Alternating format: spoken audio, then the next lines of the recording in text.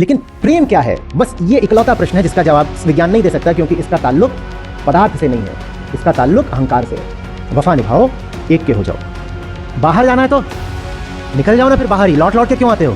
आपसे भी तो यही कहता हूँ, निकल ही जाओ। इतना ही नहीं है, रेबीज वाला कुत्ता तो बहुत जल्दी अब क्या होगा, मर जाएगा। तो वायरस और हड़बड़ी में रहता है कि इससे पहले कि ये मर जाए कम से कम 5-10 को काट ले तू। मैं कौन हूँ? इस प्रश्न का जितना साफ, स्पष्ट, निर्विवाद उत्तर दिया जा सकता है, उतना आज हमें गीता में मिल जाएगा। इसके बाद भी अगर मैं उलझा रहूं कि कौन हूं, तो मैं उलझे रहना चाहता हूं। उलझन का कारण फिर कहीं बाहर नहीं है, मेरी नीयत में। कई बातें हैं आज के श्लोक में, 7वां अध्याय 4था श्लोक, जो कि महत्वपूर्ण है, गहरी है, रोचक है। लेकिन जिस वजह से मुझे ये श्लोक सदा से बहुत बहुत विशिष्ट और आकर्षक लगा है, वो ये कि तर्क की कोई गुंजाइश छोड़े बिना स्पष्ट कह देते हैं गीताकार कि अहंकार प्रकृति का ही एक हिस्सा है, अंग है, प्रकार है, कुछ और नहीं।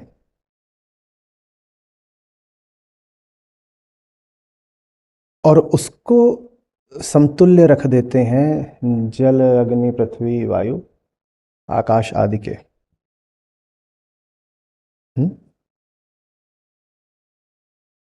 तो कौन हूं मैं? कुछ नहीं, यही धूल, यही आसमान, यही पानी, यही आग, यही अणु, यही परमाणु, यही रसायन, हवा, अन्न, यही हूं मैं। अब तो खत्म हो गया सारा रहस्यवाद, जो बड़ी पारलौकिक बातें चलती हैं अध्यात्म में। गीता के एक श्लोक ने सब पर विराम लगा दिया। मैं कौन हूं, मैं कौन हूं, मैं कहां से आया, मैं किधर को जाऊंगा, मुझे परमात्मा ने भेजा, मैं अपने कर्मदंड भोगने को पैदा हुआ, मृत्यु के बाद भी मेरी अनंत यात्रा चलेगी, सब समाप्त कर दिया कृष्ण ने, कुछ छोड़ा ही नहीं, कुछ नहीं। कौन हूं मैं? मिट्टी पानी। कौन हूं मैं? मिट्टी पानी। इतना तो कर देते कि एक झीनी सी विभाजन रेखा खींच देते कि कुछ अंतर है, उतनी भी गुंजाइश नहीं छोड़ी। 5 तत्व गिना दिए और 3 और जोड़ दिए उसमें, मन, बुद्धि, अहंकार, बोले ये सब प्रकृति है, कुल मिलाकर 8 पंचतत्व। पंचतत्व को तुम आज का पूरा पीरियोडिक टेबल मान लो। तब इतना अनुसंधान नहीं था, प्रयोगशालाएं नहीं थी, तो यही माना गया कि ये जो समूची सृष्टि है ये 5 तत्वों से बनी है। यद्यपि जब आप वैशेषिक दर्शन में जाते हैं तो वहां पर इशारा मिलता है कि बात 5 के आगे की भी हो सकती है, इन 5 के भी आपस में अभी टुकड़े हो सकते हैं, ये अविभाज्य नहीं है। लेकिन उस समय पर और ज्यादा फंडामेंटल पार्टिकल्स को पकड़ने वाली कोई हमारे पास प्रयोगशाला नहीं थी, तो 5 कह दिया। पर 5 कहने में भाव वही है जो आज 150 कहने में है। चाहे 5 कहा जाए कि 105 कहा जाए, 150 कहा जाए, आशय है ये जो पूरा आपको ब्रह्मांड दिखाई पड़ता है। सब पदार्थ, सब मैटर, उसमें अपना डार्क मैटर भी जोड़ लो, वो भी सब कुछ, वो सब कुछ जिसके बारे में आप सोच भी सकते हो, वो क्या है? प्रकृति है। वहां तक ठीक था, वहां तक तो विज्ञान भी सहमत हो जाएगा। उसके आगे जो कह रहे हैं गीताकार, वो छक्के छुड़ा देता है। वो कह रहे हैं वही जो सब वो तुम्हें वहां दिखाई दे रहा है बाहर, अणु परमाणु का खेल, वही तुम भी हो, अहंकार भी वही है। अहंकार कोई विशेष गुप्त राज रहस्य की बात नहीं है। ये शरीर है ना, इसी शरीर के साथ एक भाव पैदा होता है, उसका नाम है अहंकार। और वो भाव पूरे तरीके से भौतिक, आणविक, रासायनिक ही होता है। इसीलिए शरीर के रसायन बदलते हैं, वो भाव बदलने लग जाता है। अहंकार कुछ नहीं है, शरीर के साथ ही समुत्पादित एक भाव भर है, और कुछ नहीं है। शरीर नहीं तो अहंकार नहीं। और मजेदार बात आगे की, अहंकार नहीं तो ब्रह्मांड नहीं। ब्रह्मांड और शरीर दोनों एक अर्थ में बराबर है ना, दोनों क्या हैं? मिट्टी है। हाँ हाँ, तो मिट्टी नहीं तो अहंकार नहीं, और अहंकार नहीं तो मिट्टी नहीं। यही द्वैत है। बात समझ में आ रही है? अहंकार ना हो तो कौन देखेगा मिट्टी को उसके उस रूप में जिस रूप में आपको दिखाई देती है? तो दृश्य और दृष्टा दोनों एक साथ पैदा होते हैं प्रकृति के गर्भ से। मां के गर्भ से जब बच्चा पैदा होता है तो वो दृश्य और दृष्टा है, वो दोनों उसी में बैठे हुए हैं। शरीर दृश्य है, अहंकार दृष्टा है। वो दोनों इकट्ठे पैदा हो रहे हैं, और दोनों का एक दूसरे से विभक्त कोई वजूद नहीं है। शरीर नहीं तो अहंकार नहीं, और अहंकार नहीं तो शरीर नहीं। दोनों का एक दूसरे से अलग कोई, तो अब जीवात्मा कहां गई? क्योंकि द्वैत का एक सिरा दूसरे के बिना तो रह नहीं सकता। तो जब शरीर नहीं तो अहंकार बच सकता है क्या? तो आप मर जाओगे, उसके बाद कुछ बचेगा आपका? वो बचेगा, पूरा बचेगा, पूरा बचेगा। कैसे पूरा बचेगा? जितने किलो के हो वो सब वहीं चला जाएगा, मिट्टी, धुआं, पानी, हवा बराबर हो जाएगा, कुछ नहीं। अहंकार कितने ग्राम का था? अहंकार कितने ग्राम का था? क्योंकि वो सिर्फ क्या था? भाव। भाव, एक निर्मूल भाव, आधारहीन भाव, बस यूं ही भाव खा रहा है कुछ नहीं। तो इसीलिए हम उसको एक त्रुटि बोला करते हैं। वो क्या है? एक दोष है। वो क्या है? एक गलती है, भ्रम है, एरर। 2 और 2 5 है। वो जबरदस्ती आगे जुड़ गया है वो दूसरी तरफ। उसके होने की कोई बुनियाद नहीं, पर फिर भी हुआ ही जा रहा है, हुआ ही जा रहा है, बिना बात के खड़ा है नहीं तब भी खड़ा है नहीं तब भी खड़ा है। या ऐसा है। बात आ रही है समझ में?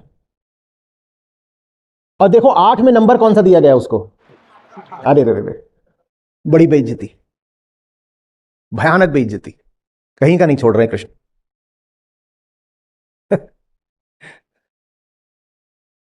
अभी कल किसी का आया कि आप बार बार क्यों कहते हैं कि कृष्ण ऐसा कह रहे हैं?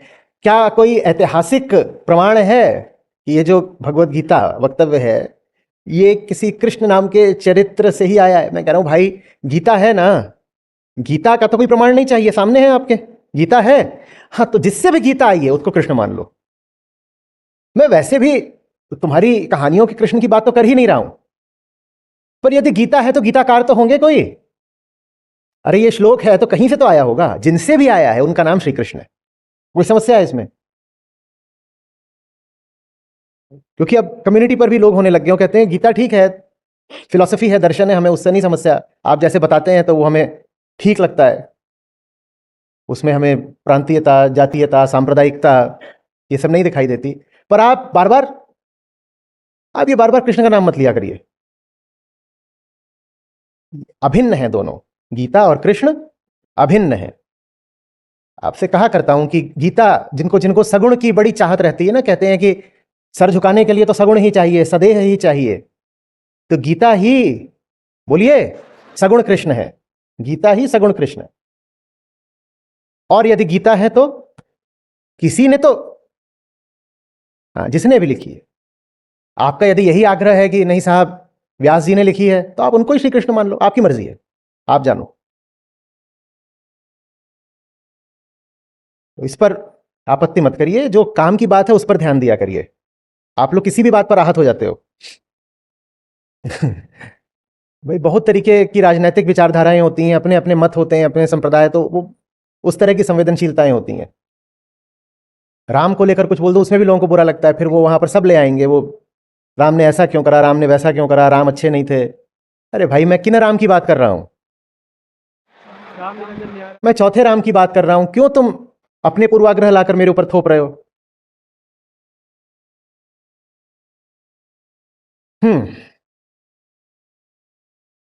अब क्या करें अहंकार का? कुछ नहीं, चुप हो जाओ, चुप हो जाओ। क्या करोगे?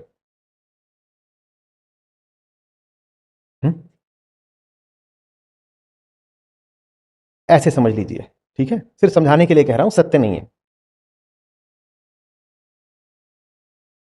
कुछ नहीं से जैसे दो उत्पन्न होते हैं एक साथ, कुछ नहीं है उससे दो उत्पन्न होते हैं। क्या सचमुच उत्पन्न होते हैं? क्या सचमुच होते हैं? नहीं होते। क्योंकि अगर दो उत्पन्न हो रहे हैं तो उसमें से एक कौन है? अहंकार, जो कि है इच्छ नहीं। और दूसरा कौन है जिसको अहंकार देख रहा है? जब देखने वाला ही नहीं है तो वो जो देखा जा रहा है उसका क्या प्रमाण हुआ? कुछ नहीं। पर अहंकार के देखे ऐसा प्रतीत होता है, जो प्रतीत होता है आप उसकी बात कर रहे हैं, ठीक है? सत्य की नहीं बात हो रही है कि कुछ नहीं से दो का समुत्पाद होता है। सुंदर शब्द है। द्वैत के लिए ये बौद्ध शब्द है। क्या? समुत्पाद। यद्यपि वो इसको इस अर्थ में ही बताएंगे, आप जाकर किसी बौद्ध विद्वान से मिलेंगे तो वो समुत्पाद के लिए वो एक लीनियर कॉन्जेशन की चेन बताएंगे, निदान, कि निदान होते हैं, निदान होते हैं। पर जो उसके मर्म में बात है वो यही है, कुछ नहीं है उससे दो एक साथ पैदा हो गए। यूं ही, यही माया है कुछ नहीं, पर उससे दो एक साथ पैदा हो गए। यही जो कुछ नहीं है, इसी को वेदांत ब्रह्म भी बोल देता है। क्या बोल देता है? ब्रह्म। उससे दो एक साथ पैदा हो गए। क्या वो सचमुच पैदा हुए हैं? सचमुच पैदा नहीं हुए, इसका प्रमाण क्या है? उन दो में से एक नकली है, बस यही प्रमाण है।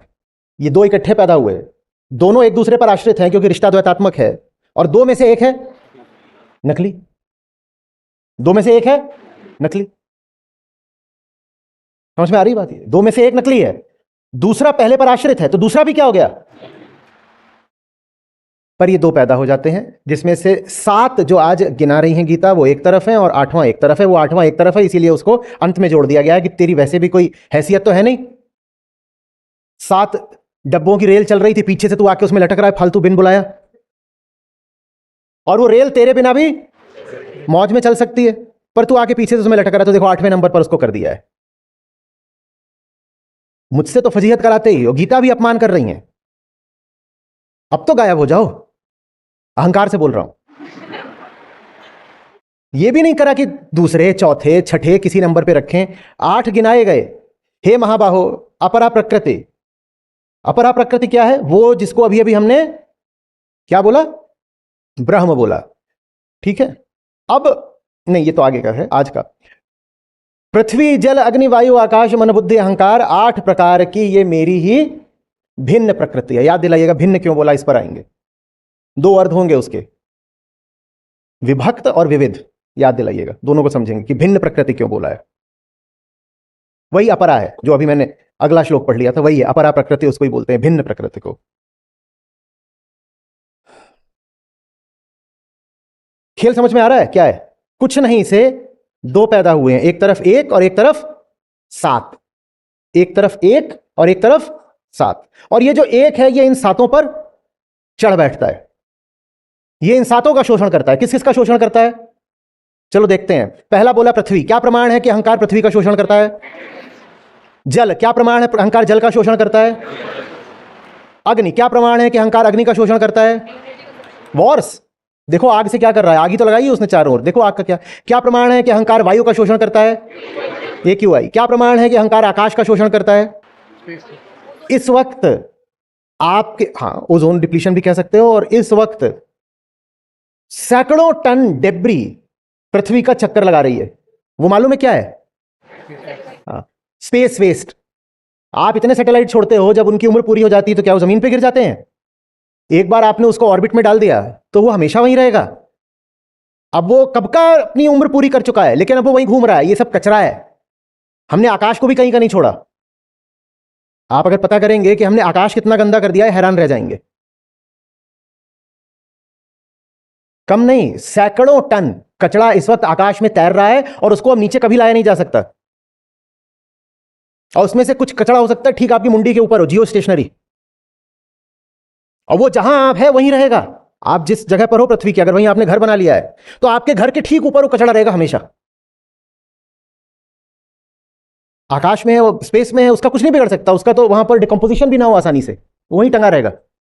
अब वो वहां क्या करता है? वो यहां ये करता है कि जो बाकी लॉन्च व्हीकल्स होते हैं उनसे टकराएगा, कुछ करेगा, तमाम तरह के खतरे बनेंगे उससे। क्या प्रमाण है कि अहंकार, अब ये 5 तो निकल गए, पृथ्वी जल अग्नि, अब 3 बचे, जिसमें से एक अहंकार है, 2 और है। तो क्या प्रमाण है कि अहंकार मन का शोषण करता है? क्या प्रमाण है? और मन में सारा क्या भर देता है? कचरा, दुनिया भर के व्यर्थ विषय भर देता है। बुद्धि, क्या प्रमाण है कि अहंकार बुद्धि का भी दुरुपयोग करता है? देखते नहीं और समय क्या सोच रहे होते हो? वो बुद्धि थोड़ी सोच रही है, वो अहंकार बुद्धि से सोचवा रहा है। तो अहंकार पृथ्वी का शोषण करता है, जल का, अग्नि का, वायु का, आकाश का, मन का, बुद्धि का। वो है ही इसीलिए कि सबका शोषण करूंगा। क्यों? क्योंकि वो नकली है। अगर असली होता, सत्य होता, तो नहीं किसी पर आश्रित होता। जब किसी पर आश्रित नहीं होता तो किसी का शोषण नहीं करता। पर नकली होने की वजह से वो हमेशा डरा हुआ रहता है, कहीं मेरी पोल, कहीं मेरे आधार छिन न जाए। तो वो जब देखो तब कूद कूद के, विक्रम बेताल देखा था, वो कूद कूद के किसी न किसी के कंधे पे चढ़ ही जाता है। कभी पृथ्वी के ऊपर चढ़ेगा, कभी किसी के ऊपर चढ़ेगा, किसी को चैन से नहीं रहने देगा। और ये मत सोचो कि हम व्यक्ति की बात कर रहे हैं, हम व्यक्ति की नहीं बात कर रहे। व्यक्ति बेचारा तो प्रकृति है, व्यक्ति तो मासूम है। अहंकार पृथ्वी का तो शोषण कर ही रहा है, वो पृथ्वी का शोषण करने वाले व्यक्ति का भी शोषण कर रहा है। क्योंकि पृथ्वी का भी शोषण व्यक्ति से उसका व्यक्तित्व तो नहीं करवा रहा, अहंकार करवा रहा है। नहीं समझे? ये पृथ्वी है हरी भरी, ठीक, और ये वो है, ये इसका शोषण कर रहा है। तो आपको क्या लगेगा कि पृथ्वी का शोषण कौन कर रहा है? व्यक्ति कर रहा है। व्यक्ति नहीं कर रहा है, व्यक्ति के भीतर ये बैठा था, ये करवा रहा था। और ये ऐसा बेघर है कि इसके पास अपनी कोई जगह नहीं, तो ये तुम्हारे अंदर घुस के बैठता है। इसको क्या बोलते हैं? अहंकार। ये पैदाइशी क्या है? बेघर है। ये हमारी आंत का कीड़ा है, ये टेपवर्म है, ये हमारे साथ पैदा होता है। मनुष्य पैदा होता है तो उसे एक घर मिला हुआ है, उसका क्या नाम है? पृथ्वी। और ये पैदा है तो इसे कोई घर नहीं मिला है, ये आंत का कीड़ा है। ये तुम्हारी आंत के भीतर बैठा रहता है और वहां बैठ के तुम्हें पूरे तरीके से खा जाता है, तुमसे सारे कुकर्म करवाता है। इसको हटा दो, अब हटा दिया, हट, गीता पढ़ ली इसने, तो अब इनमें दोस्ती हो जाएगी। इसको हटा दिया तो इनमें आपस में दोस्ती हो गई। और ये रो रहा है, अरे रोने के लिए भी नहीं बचेगा। तुम इसको आश्रय देना छोड़ दो तो ये गायब हो जाएगा। जैसे क्या बोलते हैं, गधवे के सर से ऐसे गायब हो गई। अब इनमें दोस्ती हो गई, ठीक है। लेकिन ये चूंकि शरीर की पैदाइश है, इसीलिए जब तक शरीर है तो ये लौट लौट के आएगा, इससे कोई आखिरी मुक्ति नहीं होती। आप सजग रहेंगे, आपसे भी आशा यही है, यही प्रेम में रहेंगे तो उतनी देर के लिए ये, हाँ, अभ्यास से ये क्षीण पड़ता जाता है, लेकिन ये पूरी तरह कभी नहीं चला जाता। याद रखो, अहम वृत्ति शारीरिक होती है, तो जब तक शरीर है तब तक अहम के लौटने की संभावना, इसीलिए एनलाइटनमेंट जैसा कुछ नहीं होता। कोई व्यक्ति फर्जी है, अगर ये जानना है तो बस ये देख लो कि उसने क्या आपने एनलाइटनमेंट की घोषणा करी है, बोल दिया कि मैं बुद्धत्व को प्राप्त हो गया, बस उसी क्षण ठुकरा दो, व्यक्ति फर्जी है। जब तक शरीर है तब तक ये रहेगा। अब ये दोस्ती हो गई थी इनकी, फिर ये थोड़ी देर के लिए क्या हो गया? बेपरवाह। तो ये वापस भूत फिर घुस गया इसमें। अब ये इसका क्या करेगा? देखने में क्या लगेगा, इसका शोषण कौन कर रहा है? ये नहीं कर रहा। जैसे ये शोषित है इसके द्वारा, वैसे ही ये शोषित है इसके द्वारा। अच्छे समझना, व्यक्ति खुद पीड़ित है अहंकार के द्वारा, और व्यक्ति चूंकि पीड़ित है इसीलिए वो पूरी धरा को पीड़ित कर रहा है। एक आदमी जो किसी पर अत्याचार करता हो, बिल्कुल आखिरी अर्थ में देखो तो उसका भी दोष नहीं है, उसके ऊपर भूत चढ़ा हुआ है। किसका? अदालतें किसी पागल आदमी को सजा देती हैं कभी? अगर सिद्ध हो जाए कि कोई व्यक्ति पागल है तो उसने कुछ भी कर रखा हो अपराध, उसको बस पागल खाने भेजा जाता है और कोई सजा नहीं दी जाती। एक अर्थ में हर अपराधी पागल ही है। पागल नहीं होता तो उससे अपराध कैसे हो जाता? और उस अपराध का क्या नाम है? अगली टी शर्ट आ रही है आपके लिए, उसका नाम है आंत का कीड़ा। पता चलता है कभी? माएं परेशान रहती हैं अक्सर, वो इतना सा है, कह रही इसको इतना खिलाते हैं पिलाते हैं, इसका वजन ही नहीं बढ़ता, सूखता जा रहा है। क्यों सूखता जा रहा है? वो आंत का कीड़ा रख के बैठा हुआ है। फिर उसको हम पिलाते हैं गीता घुट्टी, तो अहंकार निकलता भी कहां से है?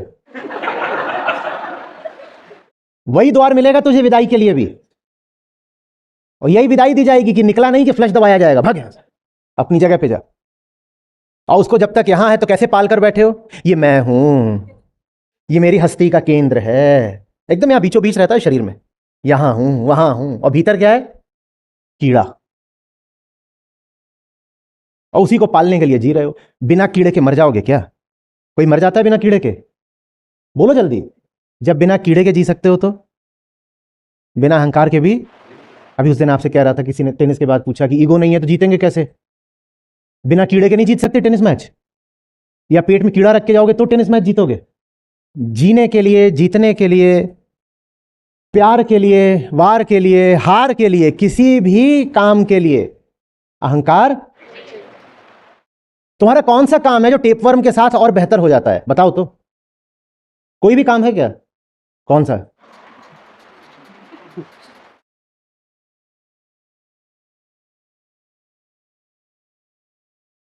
सारे काम बेहतर हो जाएंगे इसके बिना। यही जीव है, इसको आजादी दो। यही बेताल है, यह आंत में सड़ रहा है, इसको। आप यहां पढ़ने नहीं आए, आप यहां डीवर्मिंग कराने आए हो। क्या कराने आए हो? डीवर्मिंग। आ रही है बात समझ में?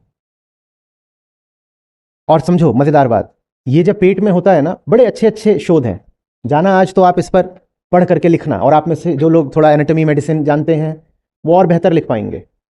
ये सब जब भीतर आते हैं, फॉरेन एलिमेंट्स, पैथोजेंस, ये जब भीतर आते हैं तो ये आपका व्यवहार बदल देते हैं और अपने अनुकूल कर लेते हैं। जब ये भीतर आ जाते हैं आपके, तो जो आपको लगता है कि आपका व्यवहार है, वो आपका व्यवहार नहीं होता, वो आपका संशोधित, एडिटेड, कमांडेड बिहेवियर होता है, जो इसने बदला होता है ताकि इसकी मौज हो जाए। जैसे बच्चे जिनके कीड़े होते हैं, कई बार वो ज्यादा खाते हैं पर उनका वजन नहीं बढ़ता। वो खाना कहां जा रहा है? और कीड़ा एक कीड़ा नहीं होता, उसकी इतनी बड़ी कॉलोनी बन जाती है, वो पूरी आंत ब्लॉक कर देती है, इसीलिए दस्त नहीं लगते बेटा। तुमने गलत बोला था। वो एक नहीं होता, वो भीतर ब्रीडिंग करता है, वो ऐसे फैलता जाता है।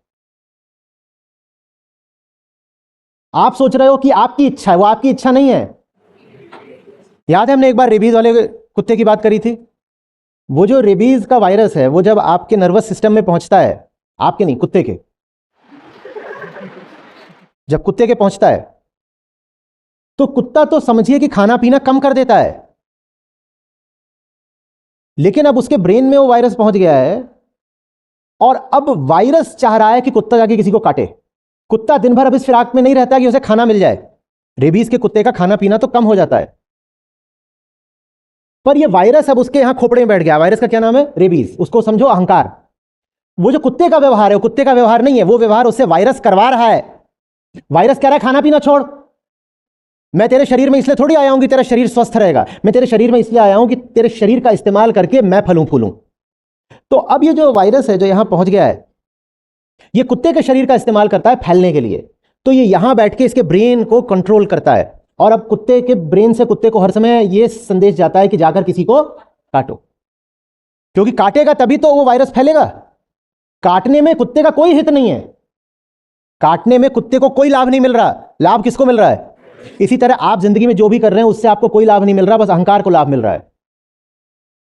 आप जिंदगी में जो भी कर रहे हैं उससे आपको कोई फायदा नहीं मिल रहा है, आपके वायरस को फायदा मिल रहा है, वही कीड़े को। आपसे कुछ करवाया जा रहा है, आप नहीं कर रहे हो। आप सोचते हो कि आप इतनी दौड़ धूप कर रहे हो, या आप किसी पर गुस्सा कर रहे हो, या आप कुछ भी कर रहे हो जिंदगी में, आप नहीं कर रहे हो, आपसे करवाया जा रहा है।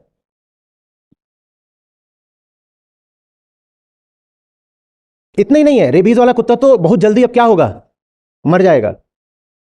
तो वायरस और हड़बड़ी में रहता है कि इससे पहले कि ये मर जाए कम से कम 5-10 को काट ले तू, क्योंकि अब तू मरेगा जल्दी की।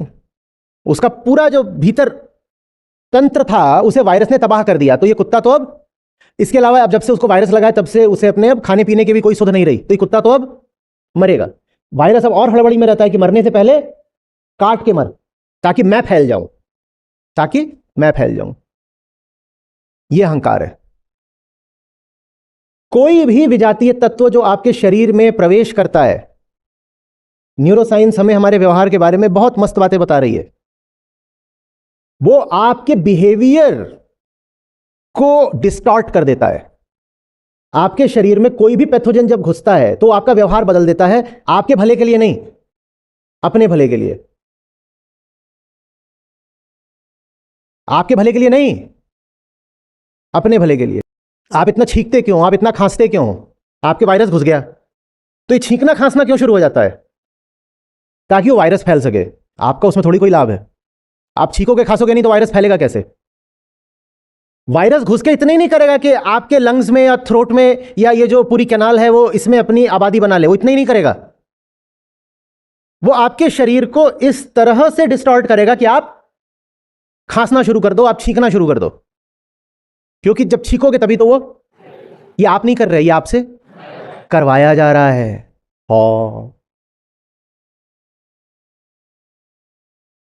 हम कुछ भी नहीं कर रहे, हमसे सब कुछ।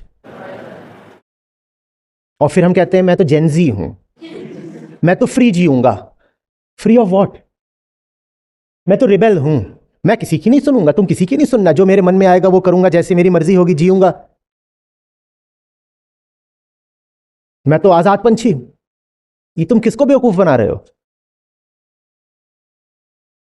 बाहर की गुलामी बहुत छोटी चीज है, असली गुलामी तो भीतर बैठी हुई है।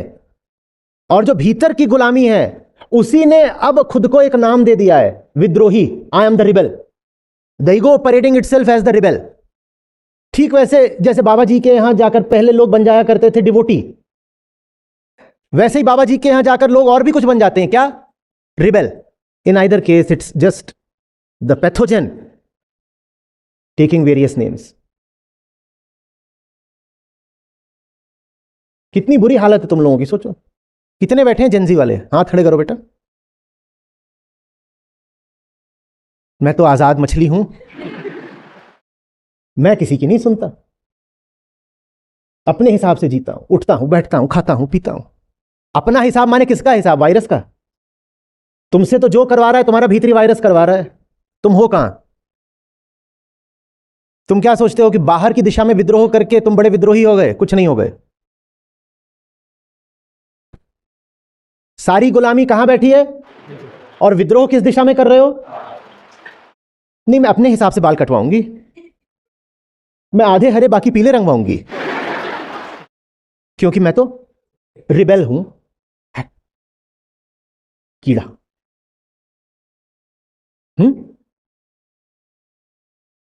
कुछ बात आ रही है समझ में? तो इसमें तो कोई रहस्य बचा नहीं कि अहंकार क्या है। क्या है? शरीर का नकली कीड़ा। शरीर का नकली कीड़ा जो है नहीं, लेकिन मरोड़ पूरी मचा देता है। रेबीज के वायरस से भी ज्यादा खतरनाक, क्योंकि उसकी वैक्सीन बन सकती है, क्योंकि वो वायरस सचमुच। अहंकार वो वायरस है जिसकी कोई बाहरी वैक्सीन बना ही नहीं सकते। इसीलिए उसको हटाने का एक ही तरीका है कि वो वायरस जो सचमुच है नहीं पर कहता है, वो वायरस खुद अपने दावे की पड़ताल करे कि क्या तू सचमुच है। इसीलिए आत्म अवलोकन के अलावा मुक्ति की कोई विधि नहीं हो सकती। मुझे माफ कर दीजिएगा, आप जितने भी तरीके आजमाते रहे हैं वो आत्म प्रवंचना है। आपको धोखा देना हो खुद को तो ले लीजिए। कई लोग आजकल काउंटर वगैरह चलाकर बैठते हैं कि ये सब करेंगे, कुछ नहीं होगा उससे।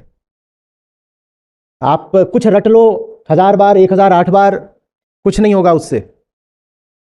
ये वो वायरस है जिसकी कोई बाहरी वैक्सीन हो नहीं सकती, क्योंकि ये सचमुच है ही नहीं। और ये इसे कौन बता सकता है कि तू है ही नहीं? ये सिर्फ खुद को ही बता सकता है कि तू है नहीं। बताने के लिए बाहर से लोग आ सकते हैं, भगवत गीता भी आई है बाहर से बताने के लिए, पर अंततः मानना किसको है? इसी को, आपको नहीं, उसको। थोड़ी देर के लिए उसे ऑब्जेक्टिफाई कर रहे हैं। मानना उसे ही है, रेबीज का वायरस सहमत ना हो तो भी उसको वैक्सीन आकर मार देगी ना। वायरस चाहे ना चाहे, वैक्सीन ले ली, मरेगा। पर अहंकार जब तक नहीं चाहेगा नहीं मरेगा। अंतर समझो। आपको वायरस लगा है, आपको वर्म लगा है, कुछ भी लगा है, आपने दवाई ले ली, वैक्सीन ले ली, तो उनको बिना चाहे भी मरना पड़ेगा। पर अहंकार जब तक नहीं चाहेगा वो नहीं मरेगा। महाभारत में ये किसको वरदान मिला हुआ था? बड़ा दुर्भाग्यपूर्ण वरदान है ये, इच्छा मृत्यु। तो ये लिख लो, अहंकार को इच्छा मृत्यु का वरदान प्राप्त है। इतना ही नहीं, इच्छा मृत्यु भी उसकी सदा आंशिक ही होती है, अंतरिम होती है, साविधिक होती है। एक अवधि के लिए तो वो मर सकता है, उस अवधि के बाद दो तरह से सावधिक होती है उसकी इच्छा मृत्यु। पहला, अभी इस माहौल में बैठे हो सकता है कि वो ये अवधि बीतेगी, ये सत्र पूरा हो जाएगा, ये अवधि बीतेगी, फिर पैदा हो जाएगा। यहां भी तभी मरेगा जब पहले उसकी अपनी इच्छा होगी। लेकिन पूरी तरह वो नहीं मर सकता। जब तक शरीर है तब तक अहंकार है। तो कभी अपने आप को इस भ्रम में, इस विश्वास में मत डाल देना कि मैं तो एनलाइटन हो गया, मुक्त हो गया। बस बेकार की बात। और दूसरा तरीका कि वो सावधिक है, हर बच्चा जो पैदा होगा वो अपने साथ अहंकार लेकर आएगा। तो तुम कभी ये नहीं कह सकते कि मैंने पृथ्वी की पूरी जनसंख्या बिल्कुल शुद्ध कर दी। तुमने जनसंख्या शुद्ध कर दी होगी, अभी एक बच्चा पैदा होगा, फिर वैसा ही होगा, फिर वैसा ही होगा। ये बहुत फंडामेंटल बातें हैं, इनको नहीं समझोगे तो कुछ समझ में नहीं आएगा। पहली बात, अहंकार के साथ जबरदस्ती, वो मरेगा तभी जब वो चाहेगा। और ये बात हमें लेकर आती है कि वास्तविक रहस्यवाद क्या है। वास्तविक रहस्य बस यही है, इसको प्यार क्यों हो जाता है, इसके अलावा कोई रहस्य नहीं है दुनिया में। क्योंकि प्रेम का अर्थ होता है अहंकार की इच्छा मृत्यु। जब ये मौज में बना हुआ है तो ये कभी क्यों मिटना चाहेगा, पर ये सदा मिटना चाहता है। मैं आपसे कहा करता हूं ना, बॉर्न लवर है ये, होता है पर सदा एक गुप्त चाहत छुपा कर रखता है, मैं न रहूं। ये होता तो है पर न होने की इसकी बड़ी गहरी कामना होती है, काश मैं न रहूं, काश मैं न रहूं। बस यही मिस्टिसिज्म है कि जब तू है तो तुझमें न होने की कामना क्यों है, और अगर न होने की कामना है इतनी तो तू है क्यों, मिटी जा। बस यही है और कुछ नहीं। ये प्यार क्या भला है, इसके अलावा कुछ भी मिस्टिकल नहीं होता, कुछ भी मिस्टिकल नहीं होता। बाबा जी जो कुछ भी करते हैं, ऐसे करा, राख का भभूत बन गया, लड्डू बन गया, ये हो गया, फलाना चमत्कार, फलानी कहानी, चुड़ैल मार दी, प्लेन गिरा दिया, कुछ मिस्टिकल नहीं है। जो कुछ भी भौतिक है या मानसिक है वो प्रकृति के अंतर्गत है और विज्ञान के नियमों के अधीन है। उसमें मिस्टिसिज्म जैसा कुछ नहीं होता। पर हां, मिस्टिकल होता है क्या, प्यार। सब कुछ होता है, इंसान फिर भी बेचैन होता है, यही बात मिस्टिकल है। क्योंकि उसकी समस्या यही है कि सब कुछ क्यों है। आप कह रहे हो अरे सब कुछ तो है तेरे पास, तो तू बेचैन क्यों है? वो कहता है समस्या यही है कि ये सब कुछ क्यों है। जो भीतर बैठा है वो बहुत कुछ चाहता है, पर भीतर ही भीतर बस ये चाहता है कि मैं ना रहूं। यहां एक एक जो व्यक्ति बैठा है वो अपने भीतर जिसको लिए हुए है वो बस एक ही चीज पुकार रहा है कि मैं। आप यहां आते भी इसीलिए हो, और कोई वजह आपको यहां लेके नहीं आती। आप यहां सिर्फ इसलिए आते हो ताकि आप न रहो, और कोई वजह। यहां क्या मिल रहा है आपको? हाँ, वो चचा हींग समोसे बनवाते हैं, पर वो मुझे नहीं लगता आप उसके लिए आते हैं। पैसा तो कुछ मिलता नहीं आके, बल्कि लग जाता है। साधारण सी सीटें हैं, पंखे चल रहे हैं, क्या मिल रहा है आपको यहां?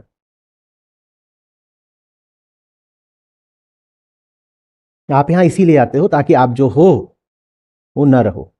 और यही एकमात्र रहस्य है। यदि मुझे नहीं होना तो मैं हूं क्यों, और अगर मुझे होना ही है तो मैं बेचैन क्यों हूं? इसके अलावा कुछ मिस्टिकल नहीं है। ये अच्छे समझ लो, मिस्टिसिज्म की परिभाषा बिल्कुल डब्बा बंद कर दो, ताला लगा दो, लॉक कर दीजिए।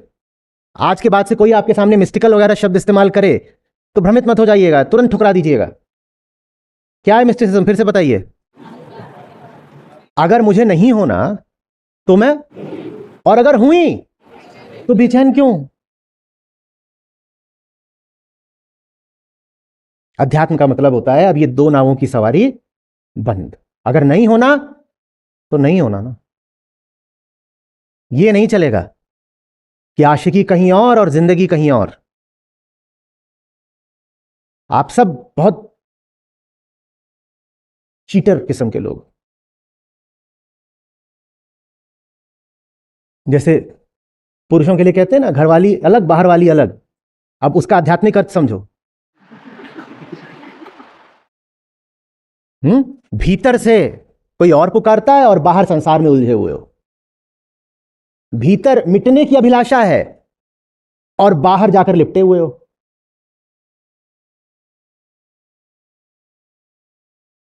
मिटने की जगह लिपट गए। भीतर वाला चिल्ला रहा है मिटो, और बाहर जाकर लिपटे हुए हो। यह है घरवाली बाहर वाली का द्वंद्व।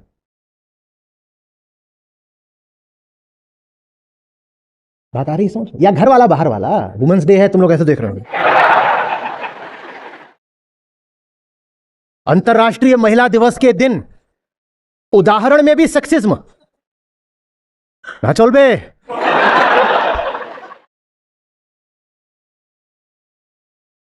घर वाला बाहर वाला बराबर।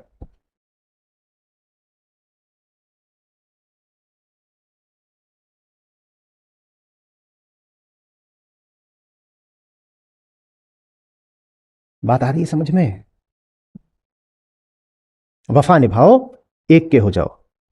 बाहर जाना है तो निकल जाओ ना, फिर बाहर ही लौट लौट के क्यों आते हो? आपसे भी तो यही कहता हूं, निकल ही जाओ, निकल ही जाओ। लौट लौट के काहे को आते हो?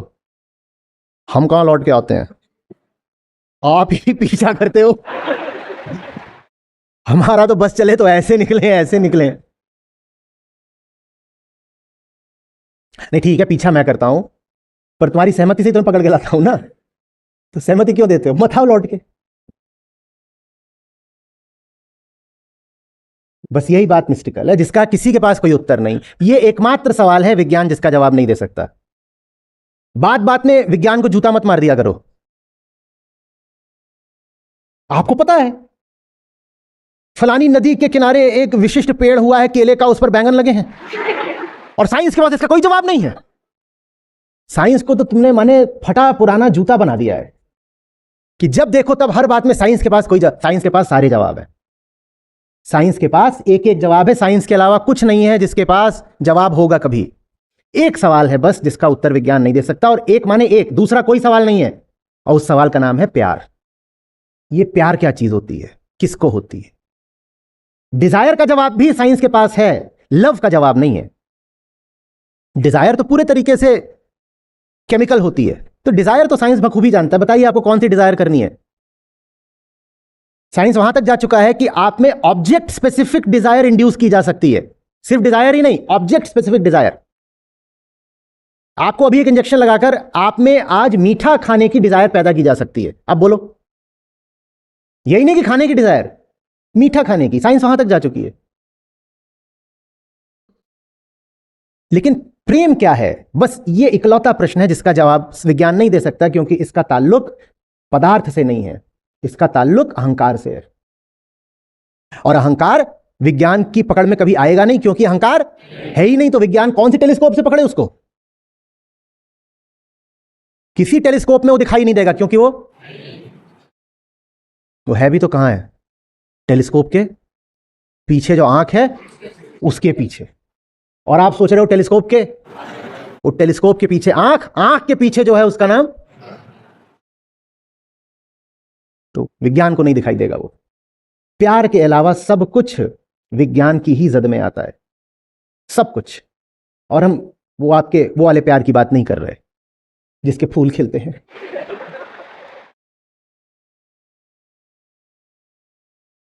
कौन से प्यार की बात कर रहे हैं? एक आग का दरिया है, उस प्यार की बात कर रहे हैं। विज्ञान उसको नहीं समझा सकता। ये कहां से आ गया?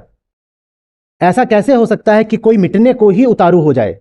ये विज्ञान नहीं बता पाएगा कभी। विज्ञान ना अहंकार की उत्पत्ति का कारण दे सकता, ना उसकी ऊब का कारण दे सकता। शरीर से अहंकार क्यों उठता है, ये विज्ञान नहीं बता पाएगा, क्योंकि अहंकार तो कैसे बताए। और जब उठ ही गया है अहंकार, तो जिंदगी भर रोता क्यों रहता है अपनी हस्ती को लेकर, यह भी विज्ञान नहीं बता पाएगा। एक तो पैदा हो गए, किसी ने बोला था, जबरदस्ती करी थी पैदा होने को। आपसी बात नहीं हो रही है, किससे बात हो रही है? ये अंतर करना सीखिए। शरीर अहंकार नहीं है। ये क्या है? जल, मिट्टी, अग्नि, वायु है। ये अहंकार नहीं है। ये तो फिर भी हो सकता है कि मन्नत मांग के पैदा किया गया हो। हिंदुस्तान में बहुत होता है, विशेषकर यदि आप पुरुष हैं, तो हो सकता है बहुत जोर लगा के, हईशा पूरी जान लगा दी गई हो कि ये पैदा तो हो, खींच खींच के कुछ भी करके पैदा किया गया हो आपको। पर अहंकार तो बिना कोई जोर लगाए पैदा हो जाता है। क्यों हो रहा है भाई? तुझे किसने बुलाया था? हेलो, एंट्री पास कुछ नहीं है, हवाओं में ऐसे करके घुसाता है, पता भी नहीं चलता घुसाया। कोई एडमिट कार्ड नहीं है उसके पास। विज्ञान इसको नहीं समझा सकता। हाँ, विज्ञान ये जरूर बता देगा कि साहब ये होता है, प्री फ्रंटल कॉर्टेक्स होता है, वहां पर चोट लग गई तो कॉन्शियसनेस दब जाएगी, आई फीलिंग भी दब जाएगी, ये सब बता देगा। वो क्या है? वो अहंकार का शारीरिक आधार है, जिसको साइंस एक्सप्लेन कर सकता है, बिल्कुल कर सकता है। आज हम जानते हैं कि ब्रेन के किस हिस्से पर आप चोट कर दें तो जो आपकी आई फीलिंग है वो दब जाती है, वो उतना हम जानते हैं। लेकिन वो होती ही क्यों है, ये हम, यही एकमात्र मिस्टिकल बात है। मैं, और अगर हूं तो मिटने के लिए फिर इतना बेचैन क्यों? प्यार, ये नहीं होता मिस्टिसिज्म। और क्या क्या चीजें होती हैं आपके लिए मिस्टिकल, बताइए, बोलो। तिब्बत के एक खास पहाड़ पर हर 84 वर्ष के बाद अचानक 6 सूरज उगते हैं, और गुप्त रूप से दुनिया भर के सारे महान भिक्षु वहां पहुंचते हैं, वो भी जो 1000 साल पहले मर चुके हैं। और फिर वहां पर दिव्य आत्माओं का एक अद्भुत संगम होता है, जिससे यह पृथ्वी अपनी कक्षा में संतुलित घूमती है। ये क्या है सब? क्या है? सस्ता नशा, सबसे सस्ता, 1 पैसा नहीं लगा। 1 पैसा नहीं लगा, कुछ बोली तो देना है। 1 पैसा नहीं लगा। मिस्टिसिज्म सुपरस्टिशन, लिखो अच्छे से, मिस्टिसिज्म सुपरस्टिशन नहीं होता। और प्रेम के अलावा कुछ भी मिस्टिकल नहीं होता। स्पष्ट हो रही है बात?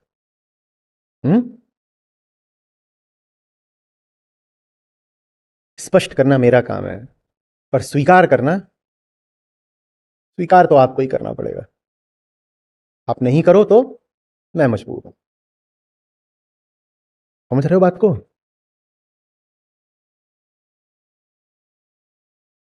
जो मिस्टिकल है वही प्रेम है, टेस्टिकल वाला नहीं होता प्रेम। तुम्हें ही बता रहा हूं खास तौर पर।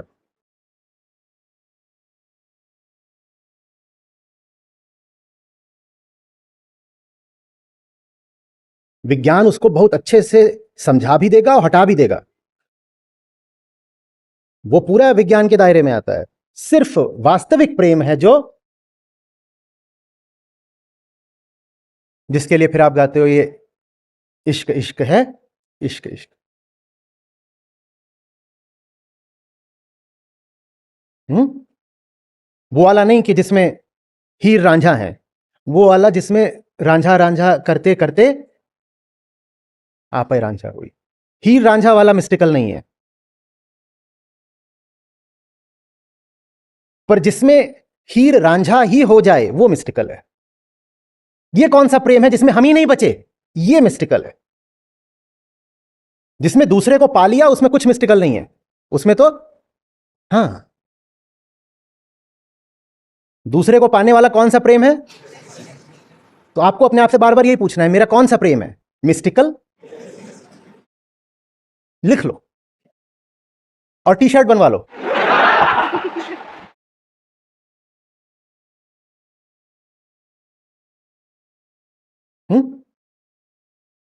शून्य से 2 हम कह रहे हैं कि उठते प्रतीत होते हैं।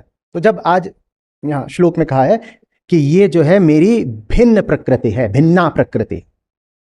तो उससे आशय है मुझसे अलग, अलग, विभक्त, विभक्त, मुझसे विभक्त, अपने आप में विभक्त, शून्य से दो हुए पहला विभाजन ये है।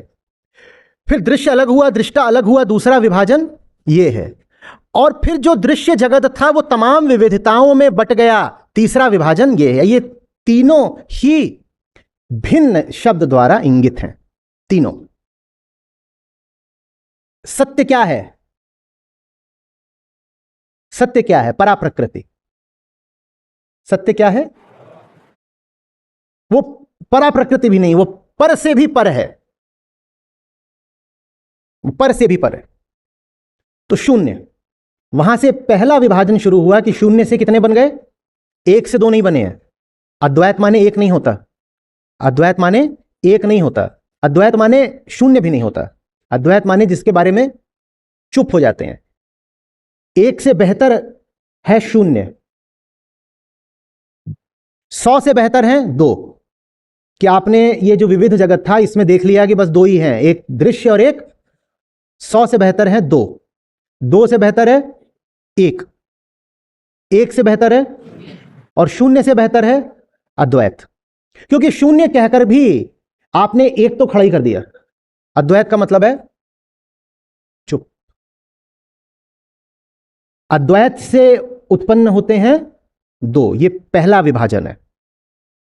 ये दो आपस में अलग अलग हैं, ये दूसरा विभाजन है। और जो दृश्य पक्ष है उसमें दृष्टा पक्ष को अनंत विविधताएं दिखाई पड़ती हैं, काला, पीला, लाल, बच्चा, बूढ़ा, आसमान, पृथ्वी, जल, वायु, ये विविधताएं हैं। हाँ, ये अनंत विभाजन है, ये विविधताएं हैं। ये सब इंगित हो रही हैं भिन्न शब्द के द्वारा। ठीक है, समझ में आ रही है बात? ये